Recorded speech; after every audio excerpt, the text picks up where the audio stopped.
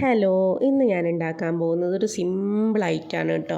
പെട്ടെന്ന് ഉണ്ടാക്കാൻ പറ്റുന്നതാണ്. നമ്മൾ വൈകുന്നേരം ചായേൻ്റെ കൂടെ കഴിക്കാൻ പറ്റുന്നതും, അതുപോലെ രാവിലെ കുട്ടികൾ ട്യൂഷന് പോകുന്ന മദ്രസയിലേക്കൊക്കെ പോകുന്ന കുട്ടികൾക്ക് ബേക്കറി കൊടുക്കുന്നതിന് പകരമായിട്ട് നമുക്ക് സ്വന്തമായിട്ട് വീട്ടിൽ തന്നെ ഉണ്ടാക്കി കൊടുക്കാൻ പറ്റിയ ഒരു ഐറ്റമാണ് കേട്ടോ.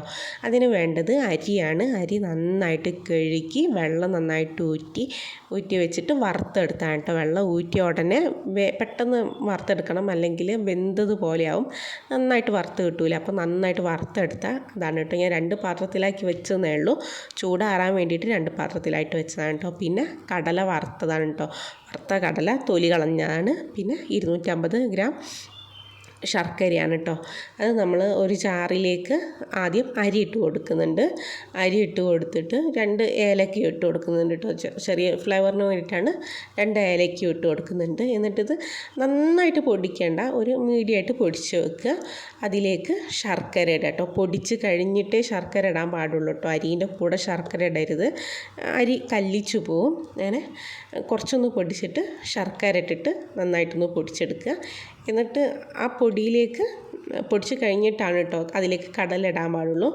അതിലേക്ക് കുറച്ച് കടല ഇട്ടിട്ട് ഒന്ന് അടിച്ചെടുക്കുക കേട്ടോ.